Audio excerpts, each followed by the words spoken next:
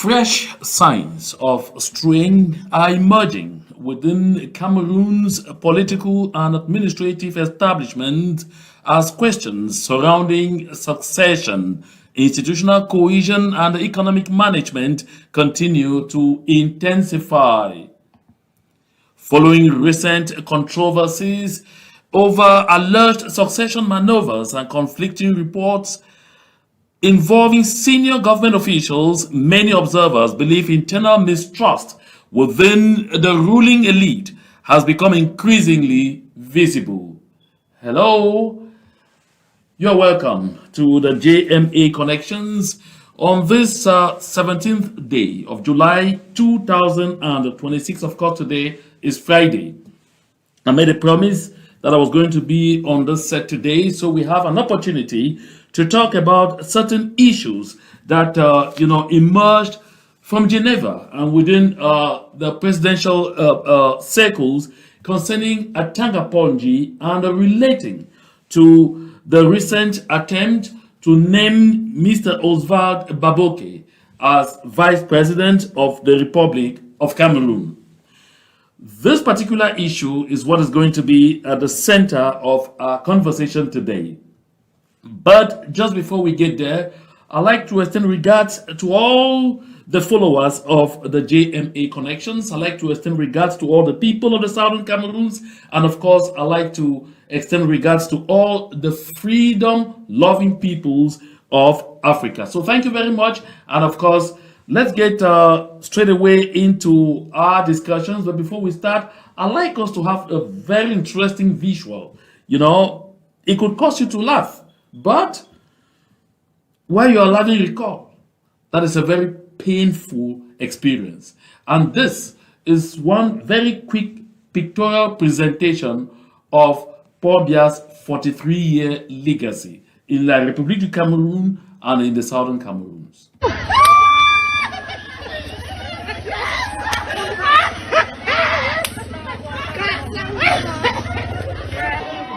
Yes! Ngoma. Kita route. Ouais. Bam. Kita. Mommy shift. Jesus. Let us Jesus. Another go. Let us Jesus. Lots of Jesus. Le père, tu étais censé quitter. Oui, bien. Merde.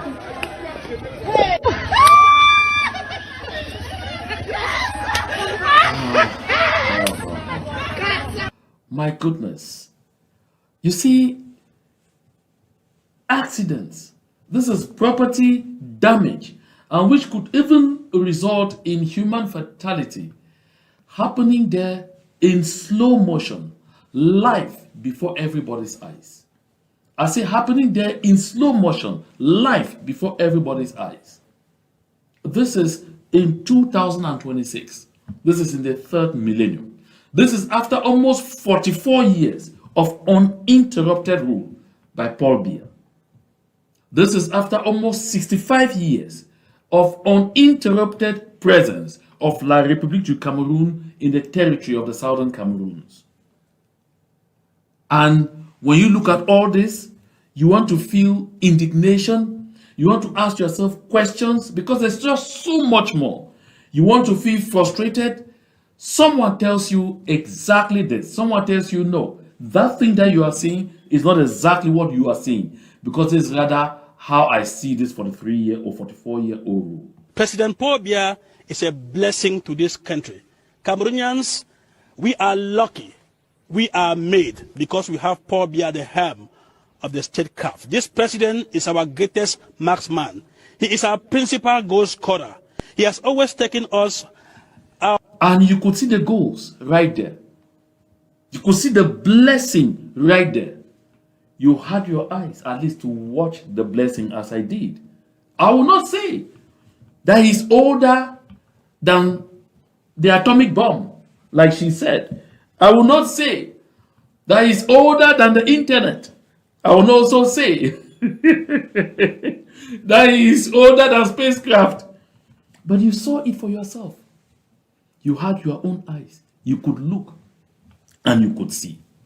That said, let's get into what concerns us very much today. I'm not saying that what I just showed doesn't concern us. I'm saying the focus, our focus of today. We have two areas to talk about today. I'll begin with the first before we get to Atanga Nji. The first area I'm going to talk about is economic. I have been on this platform several times and told the people that La République du Cameroon was heading towards an economic precipice, that all the financial signals in Cameroon were on red. I mean on red, not on amber, not on yellow, on red. Sometimes people come and tell me, I live in Yaounde, I turn around this thing, yes, I'm still getting my monthly salary, and we're still able to do our things. What kind of economy are you seeing? Where do you stand to see these things? How are you reading these things? Where do you get this information? And I'll just give a gentle laugh. Because you see, some wonder, but he lives thousands of miles away in the United States of America. How is he so present within our system? How does he understand this system? Sometimes even claims to understand it better than we do. Those who ask those questions are certainly the people who have forgotten that have spent 19 good years working at the heart of the BIA system in Yaounde. 19 years is not 19 days. Those are people who have forgotten that while I worked there, I had access to a lot of very important officers in the country. And of course, I interacted with about the who is who. And that system does not change people. That's another thing that people forget. I might have been out of the country since 2017. We're just about 8 to 9 years gone. How many times have they reshuffled, or have they shuffled anyone? In Paul Bia's 43 getting to 44 years old, they are the same people, the same faces, the same names. Some of them at the same position. They haven't moved for at least 30 years. So should it surprise you, therefore, that I continue to have access? When I talk about the economy, I'm not talking from the blues. I'm talking with evidence. I'm pointing to you. Listen, each time I've spoken, they'll say, oh no, I watched Louis Paul Motaze. He was saying they went on the international finance market. They wanted to get 15 billion CFA or 150 billion CFA, but they ended up with with offers of almost 200 billion, but they decided to take away the 150 billion that they wanted because the economy is doing well, everything is turning fine and all. No, they forget to understand that too often they are getting those monies to pay obligations being demanded by the IMF. They get into indebtedness to service debts, not to invest, not to do anything, not to even have the means to run the country properly. Because as I'm talking, and I've been doing that countdown quietly here, can any of you who's watching me now recall if you watched any ceremony since the start of 2026 in any part of La République du Cameroun and in southern Cameroons, chaired by the regional governors, where they tell you those were ceremonies to officially launch the 2026 fiscal year? Can anyone recall seeing any such ceremony? Because that's something that's traditional. It happens every year, just at the start of the year, to signal the beginning of the execution of the budget, both the running and the investment budget of the year. But since 2026 started, that kind of ceremony, not one has been held anywhere. When I was talking to people within the system, the first excuse that they gave me was they were waiting for the new government to be named. Because Paul Biya did not just stay quiet. In his address to the nation on the 31st of December 2025, he announced expressly that in the days ahead, he was going to name a new government. And so when there is already information out there that a new government is coming, they can never give accreditation or budgetary execution authorization to the people who are in place. Because if they do that, people not so sure of whether they will be in or out, they will accelerate the consumption of the state budget. They will get even into waste such that when the new officials come, they will not have anything to run their offices with. That sounded very plausible. It made all the sense in the world. So they were waiting. They could not move. But January passed. No government. February came. No government. But again in February, the same people say, Paul Biya came again. He didn't stay quiet on the 10th of February. He announced again that that government that I promised and have delayed until this far, I'm even sorry I delayed. In the days right ahead, that government is coming out. Everything again came to a standstill. The whole country has been on hold since the October 12, 2025 presidential election. Nothing is moving.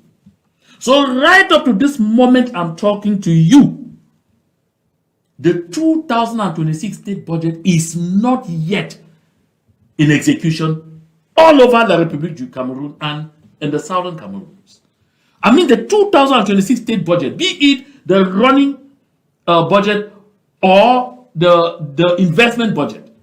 There is not a single tenders board that has convened anywhere to examine, prepare paperwork to award any contracts for execution within the framework of the 2026 fiscal year in Cameroon. Not one. I'm not kidding. Not one. You can verify. When I checked at a few finance controllers' offices in some of the regions, they told me they were hoping that perhaps within the next 2 weeks, experts will come in from Yaounde. The experts will go to Douala. They will be in Betwa. They will be in Marwa, Garwa. They will be in Bafoussam. They will be in Boya, in Bamenda. In all of those, to do what? To, update the machines, upload the budgetary instruments, and then it is after that that they can look at signing out the credit cards to the vote holders so that the execution of the state budget should begin. That is hypothetical. Because this will not be the first, nor the second, or the third time that this finance controller told me, perhaps in about 2 weeks or 3. When I reached out to people at the Ministry of Finance, the Directorate General of the Budget, the administration directly concerned, they told me no one could tell what will happen when. Because Louis-Paul Motaze, Minister of Finance, nephew to the late First Lady of La République du Cameroun, Jeanne-Irène Biya, Louis-Paul Motaze himself, who grew up at the presidential palace, and who also considers himself one of the sons of Paul Biya, because they all know that Frank Biya is not a biological son. So all of them who grew there, just like Frank Biya, although they don't bear Biya, are also Paul Biya's sons, and also have ambitions, and also have rights, and should also naturally aspire to become president after Paul Biya, because from all indications, the people of La République du Cameroon have accepted the transformation of their country from a republic to a monarchy. Of course, Louis-Paul Motaze is even known as one of the front runners. One of the front runners to succeed Paul Biya as president. He may not even be thinking about being appointed vice president, because they are all aware that the hold up that they have put in place is such that it will make even that appointment literally impossible. The appointment of a vice president, literally impossible. And so Louis-Paul Motaze has put a hold on the execution of the state budget. You recall, I pointed out here that the same Louis-Paul Motaze was the one who wanted to collect money from people on cell phones that are brought into the country, and that cannot prove that you've paid custom duties on, even if it were just 1 or 2 phones that you entered the country with. He failed at that attempt because a lot of regime barons saw that it was going to result to extreme chaos. And right now, with the country being a powder magazine, nobody knows from what angle the trouble will come. The same Louis-Paul Motaze, who now is collecting money that used to be collected by various local councils, market tolls and all whatnot are now collected all over the country in La République du Cameroon, and they are attempting that in the southern Cameroons by agents of the Ministry of Finance, and the money shipped directly to Yaounde.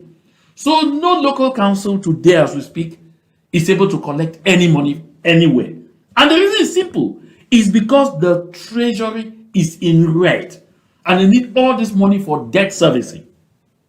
So as I'm saying, we are already in the second half of the month of July.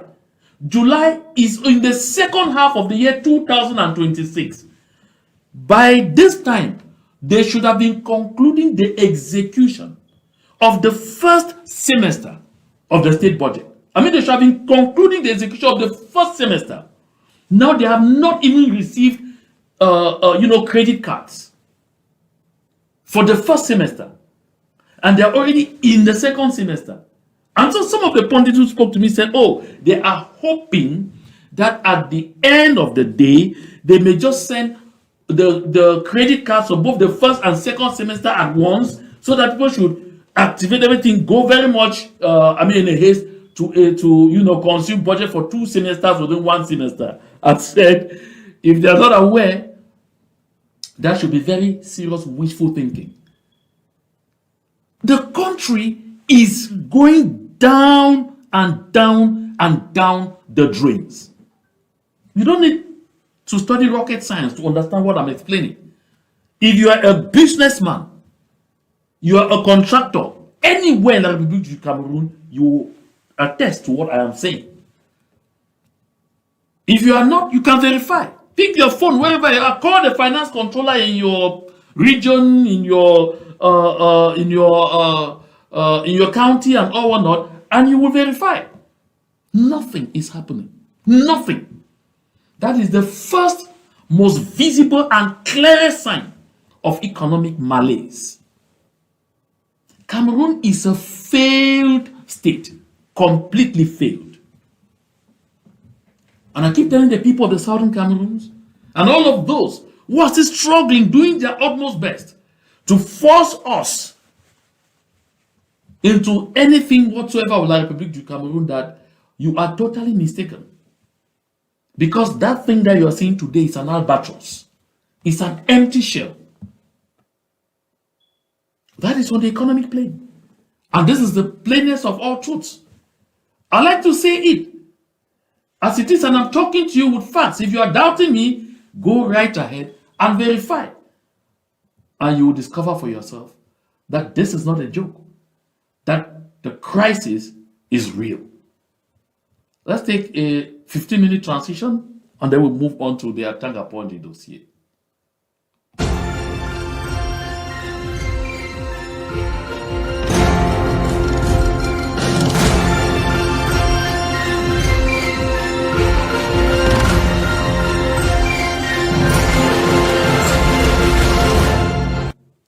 You're welcome back. La République du Cameroun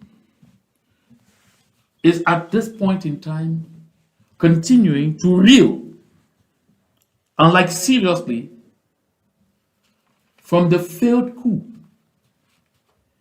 that was meant to take Oswald Baboke, Deputy Director of the Civil Cabinet at the Presidency of the Republic, to the position of Vice President of the Republic, effectively taking a clear advance in resolving what today is known all over the world as Cameroon's very dicey succession question. It was only thanks to conflicting instructions and guidelines that were left at CRTV by two of the key rival factions within the Paul Biya system that decree was not read, or that those decrees was not read, because it was not just one. Shandongo and the CRTV hierarchy were aware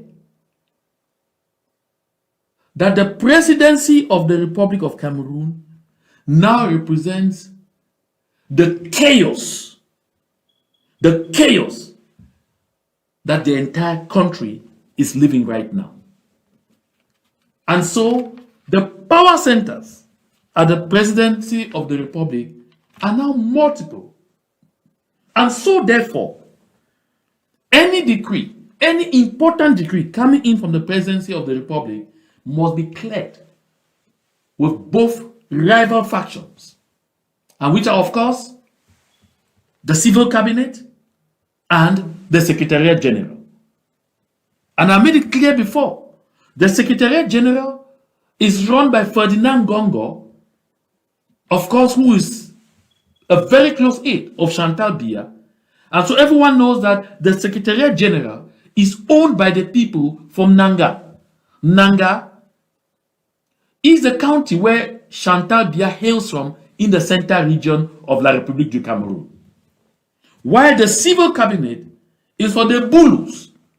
The Boulous hail from the south region of La République du Cameroon, where Paul Biya hails from.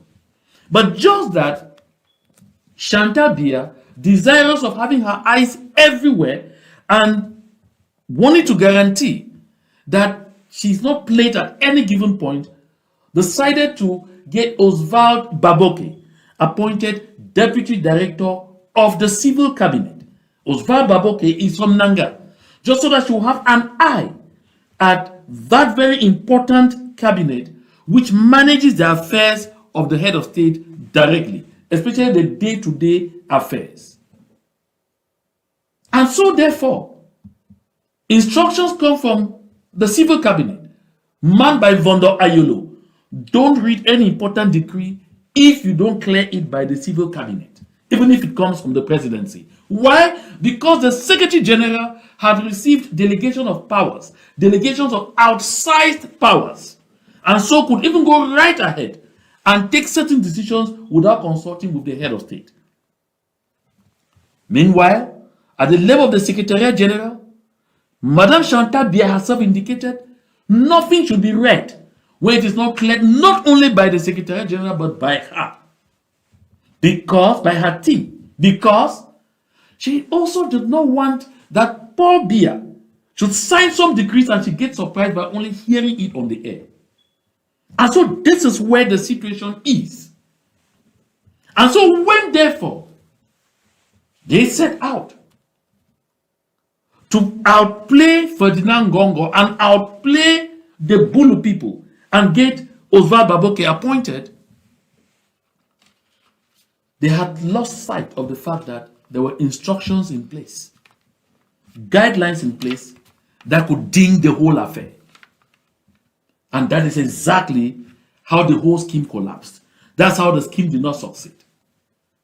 If you notice that frantic efforts made by the government to push this whole thing under the carpet as a non-event could not work, it is because even within the government itself, the fractures have grown wilder. Because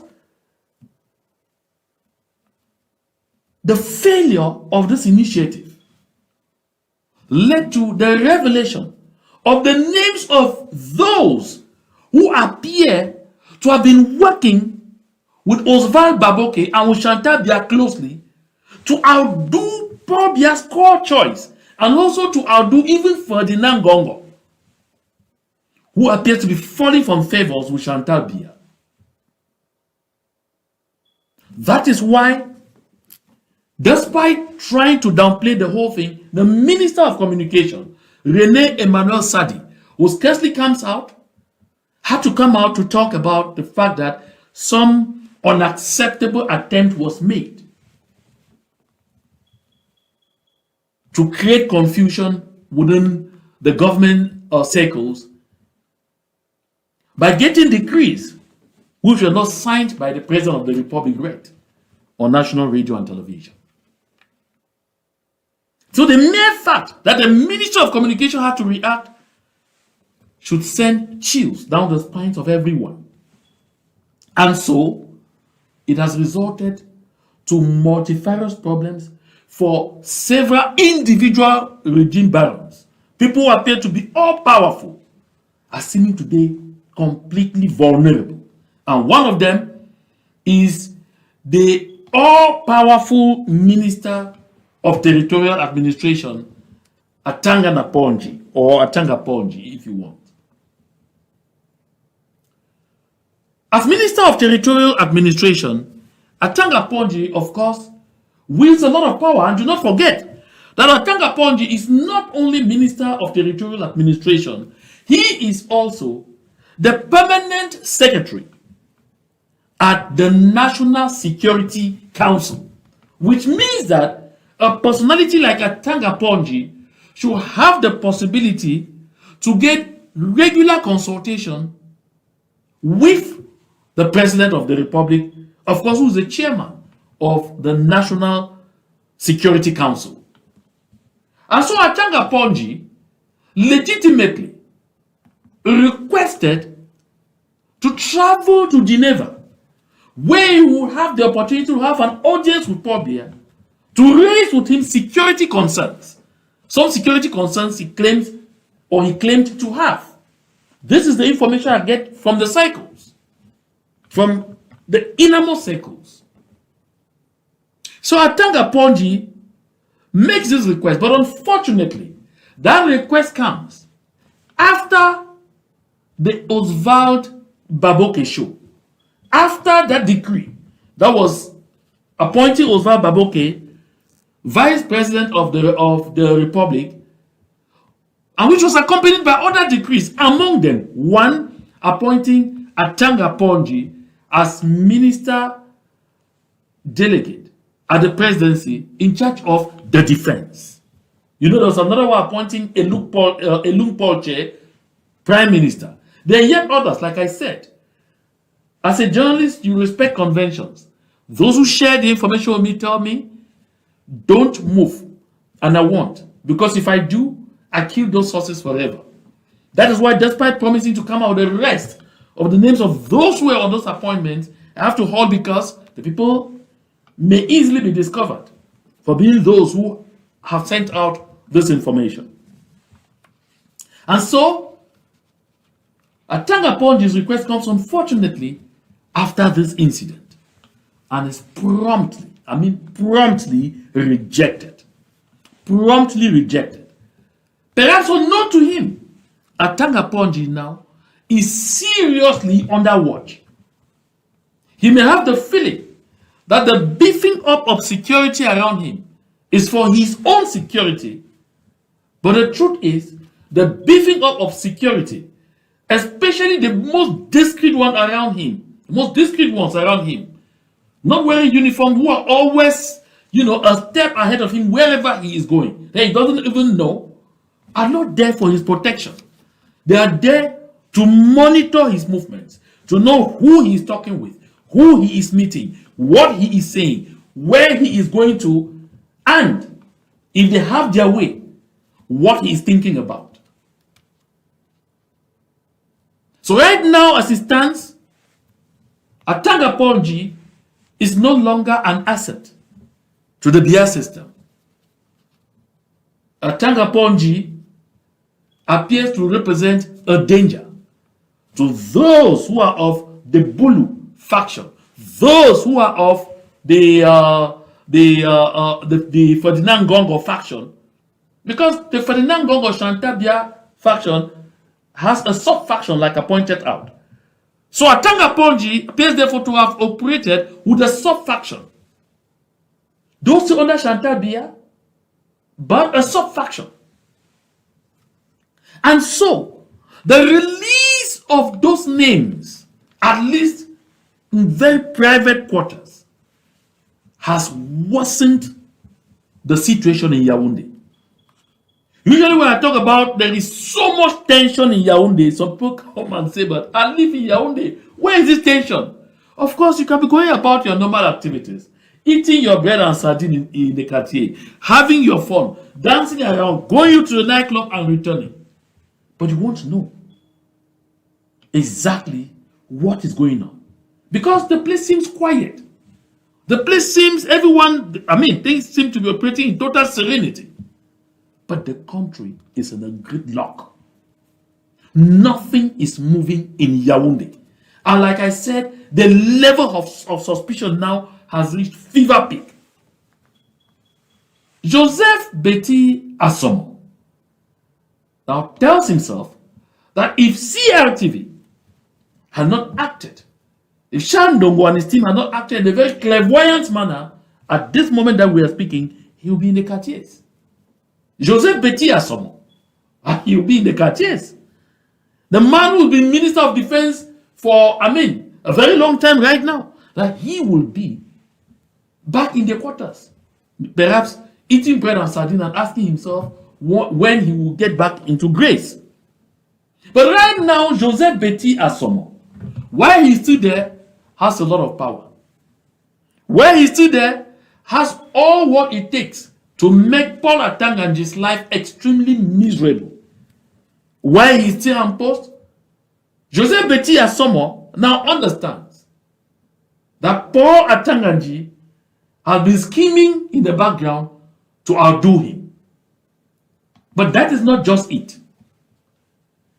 If any of you has an idea exactly what happened to Zacchaeus for Njinda, you understand where I'm coming from. Let me get very briefly into that. I won't take it long because I don't intend us to be pretty long here. By the time we were getting to the 2011 presidential election in Cameroon, there was something called the G11, the Yaounde. The G11 was the generation 2011 of people who were hoping that they would take that they were forming a team, forming what do you call I'm looking for the specific word to give me, that they were forming their own a caucus, their own gang, their own inner core to take over the reins of power from Paul Biya in 2011. They were calling themselves the Yaounde. And do not forget, when the people were in that Yaounde, they had planned meetings, several meetings. Some of them right at the presidency, because it was prior to 2011, it happened somewhere way back around 2009, 2010. The Secretary General at the presidency of the time, who today himself is in Konengi, Atanga Nji, convened meetings at which key people were summoned based on the positions they were holding for conversations, and some of these thought that they were going to those meetings to sit down and discuss strategies on how to maintain Paul Biya in power in 2011. And do not forget that the first person who started the campaign, that the constitutional provision that limited presidential mandates to only 2, which if it stayed like that meant that Paul Biya could not be candidate in 2011, was Zacchaeus Njinda. But now he was Director General of the strategic company known as the Shipyard Company. And so when they were holding these strategic meetings to plan to see how things will happen, Zacchaeus Njinda was invited.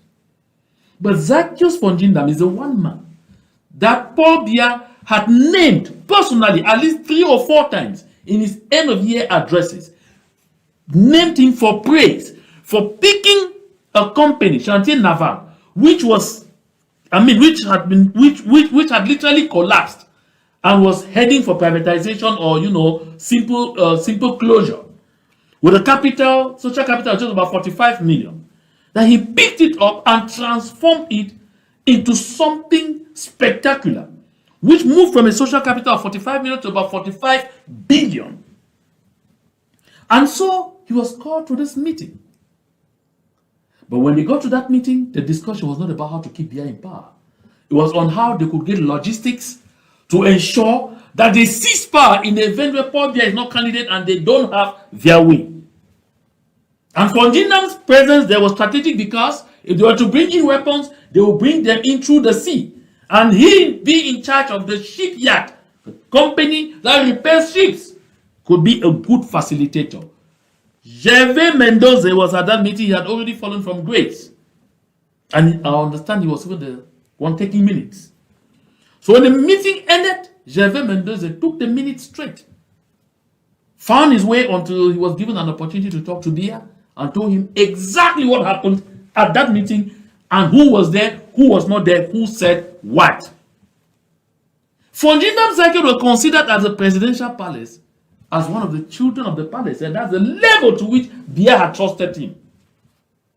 Chantal Bia even left Yaounde sometimes and traveled to Douala to see Tong Tong Fonjindam. So when Paul Bia saw Fonjindam's name on that list, he said, my goodness, even you? That explains exactly what happened to Fonjindam and how he finds himself where he is. Because he has not embezzled more than anybody else there. So these are the questions that are being asked today in the governing circles. Say, but if they say Oswald Baboke and Chantal others wanted to form their coup d'etat to take themselves to power, if it was only the decree of the vice president, that would have been understandable. But there were other decrees naming other state officials, and most importantly, naming Paul Atanga Nji. And following the way things happen when it comes to naming governments in Cameroon, of course, they don't appoint you to such a strategic position as Minister of Defense without consultation. They talk to you, and you agree, and you are aware, and you are preparing, and you are waiting. Just like a look portrait, they will talk to you that you will be appointed Prime Minister, and you are aware. And there are certain things they may even want you to do, and you have done them, and you have folded your arms, and you are praying, and you are waiting, and you are betting the time and getting ready to celebrate. And so the questions are being asked. So these people were contacted. Were they aware that the President of the Republic was not part of this whole thing? Were they aware that this was a kind of coup d'etat? Was Atanga Nji aware that he was actually, by accepting to be part of this thing, being disloyal to the President of the Republic? Was he aware? Ferdinand Gongo, who thought he could sleep with Atanga Nji on the same bed, was now asking himself, was he aware that I was not part of this whole scheme? So, from all indications, of course, they should be aware. So now that they definitely were aware, what did they do? Silence is a position. Because in this kind of cases, silence doesn't mean neutrality. Silence is a position.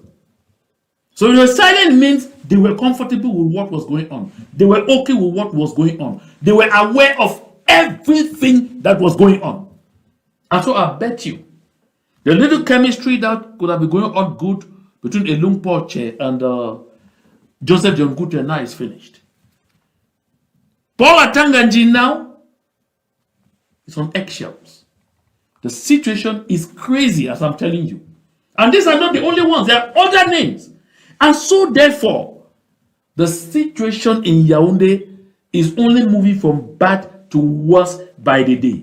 And while all this is going on, Paul Bia is quietly in Geneva, fighting for his life.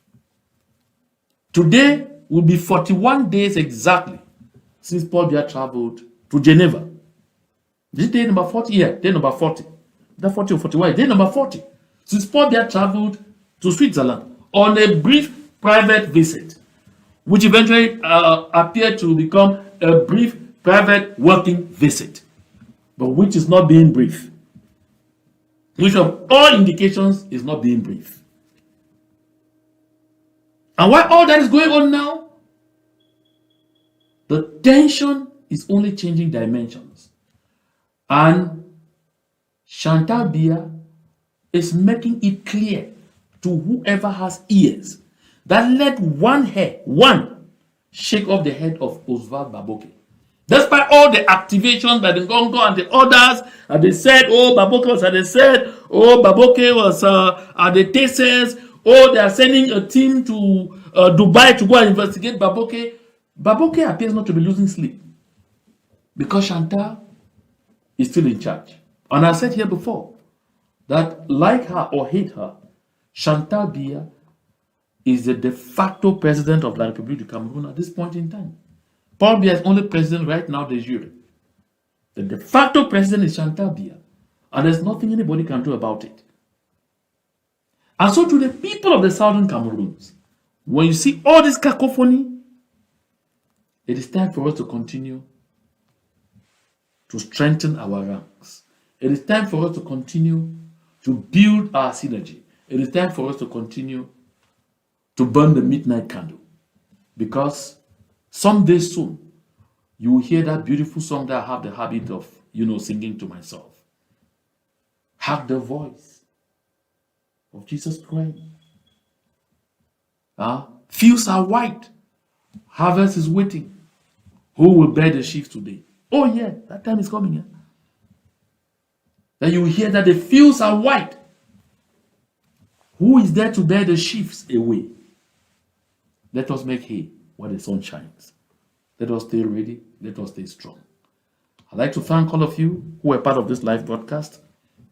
If today is the first time that you are visiting on the JMA Connection, please go right ahead and hit on that subscribe button. Make sure you personalize so that you'll be the first to know anytime something new drops on this platform. And of course, do not forget to share the link as much as possible, and also do drop a like, because of course it goes a long way. And of course, I'm expecting you to drop a comment, be part of the conversation. So that said, I'd like to thank you all for your very kind attention. I'll be back here tomorrow. Thank you very much. To God be the glory.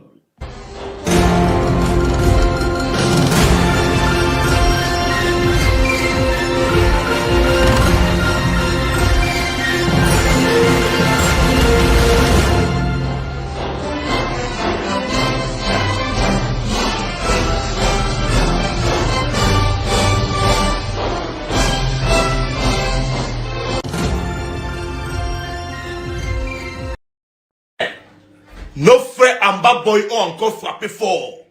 Voilà 2 soldats qui nous ont encore quittés. Mais mes frères militaires là, policiers là, vous défendez quoi dans le nozo?